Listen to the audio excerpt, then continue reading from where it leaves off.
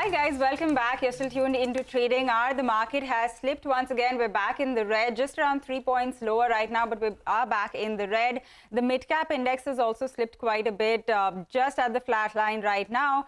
And the Nifty bank has also given up a little bit of, the gain that we were seeing over there. So it's around a 40-point gain that we are seeing on the Nifty bank. The PSU banks have actually slipped the most within this pack. So that's what's going on with the markets. But let's now get a conversation going as well. Let me invite Rajesh Baheti, who's Managing Director of Cross Seas Capital Services, on the show now. Rajesh, good morning. Thank you very much for joining us. This is Pavitra. And just to begin with, we've been talking about this huge outperformance that the Indian markets have clocked in, the kind of resilience that we have seen. But the valuation concerns have also been going up. Do you think we've seen the highs, at least for now? Absolutely. In absolute terms, also our markets are now reasonably valued at a premium to our own history. So that's the first problem. The second problem is on a relative basis. We are way out of whack in terms of anything that you've seen in the last 10, 15 years.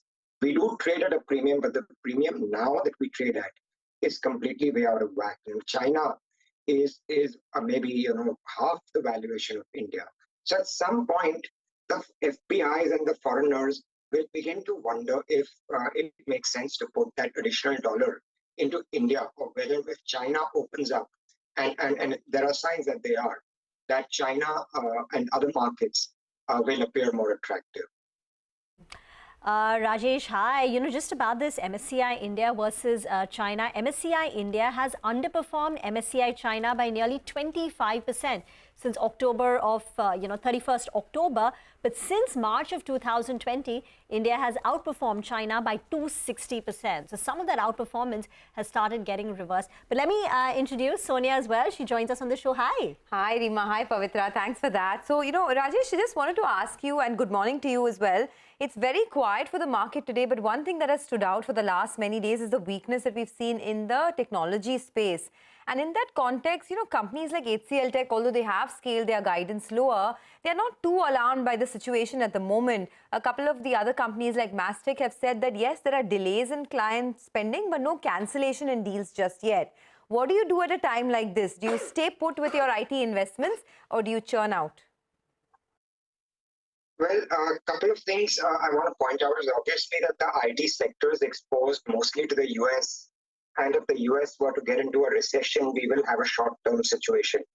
But what would happen, as I think, personally, I think if countries get into a recession and companies have to really tighten their belts, you're going to end up using more technology. So in terms of technology, I think the kind of usage of technology cannot go down. It, in fact, has to go up to cope up with recession and other things. Yes, there will be delays in orders. The best way to play the sector is maybe go slightly long and sell out the money, because a lot of these IT stocks are available in the F&O space. I think you can start by either selling puts on these stocks or sell calls after buying these stocks. So a safe way to play this sector, it's off 30% of its peak. We might lose another 10-15%, but after that, I think we will stabilize. And these are all debt-free companies. So, that's the big comfort there. Debt-free, in fact, forget debt-free, they are rich in cash and they are returning a lot of money to the shareholders. Infi, for instance, has a policy of returning 85% of its free cash flow over FY20 to FY24. They've just announced that buyback, which is currently ongoing and open right now. So they are rewarding investors as well. And that, of course, is a big play, this dividend play, buyback play for IT companies. Rajesh, so the big theme in the next 6 months is going to be China reopening. Now, there are many companies with linkages to China. So whether it's Tata Motors here, specialty chemicals, etc. What is the best way to play, tactically at least, any of the Indian companies to play this China reopening theme? What are the implications, according to you? The best way to play China is to use your LRS money and buy some China funds, honestly speaking. It's very difficult to try and predict, which of these companies is going to benefit with the China opening. Yes, JLR might benefit, but there's intense competition in the Chinese markets. We've just heard the Skoda CEO saying that China markets are very, very competitive and they're planning to get out of China. So I don't know if there's a direct benefit or direct correlation with China opening in some of these Indian companies. What best we can do is look at companies that are exporting to China, not necessarily having plants in China, but exporting to China whatever products. If China opens Companies up, which are exporting to China? Yes. Which are these companies? Could you give us some indication? I don't have offhand data. You asked me this question, so I'm saying individual investors or mutual funds or whoever is an investment advisor can look at that and invest in those companies. But the best way to play China is, unfortunately, to use some LRS money and buy straight into China. All right, got it. That is on what's going on with China and how you could play that theme. Rajesh, the other space I want to ask you about is PSU banks. We've seen a mad rally going on over there. It's 100-150% kind of gain this year. Do you think there's room for any significant upside from these levels as well? And would it be a good bet if you're planning to put some fresh money to play? So a lot of the historical undervaluation has been, that gap has been covered. PSU banks are still relatively cheaper to private sector banks. But having said that, I think you've got to give a discount to anything in the PSU space, because government policy can change. We've seen it in the past, and it always hurts you to absolutely get over bullish on the government's policies. So from that point of view, I think there's a little bit of a caveat. Having said that, I think the Indian banking space, I've said it before, is at its best health that it's ever been. So in the past 15, 20 years. So from that point of view and credit growth point of view, I think you're going to see continued optimism. But yes, the kind of heady gains that you've seen of the past will definitely be tempered.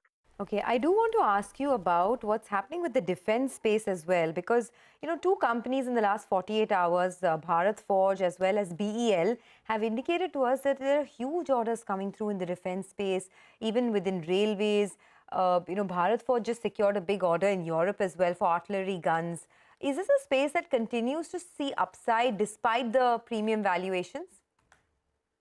So there's obviously the Make in India theme that is giving a tailwind to this sector. The problem is your customer is going to be one or two really big people.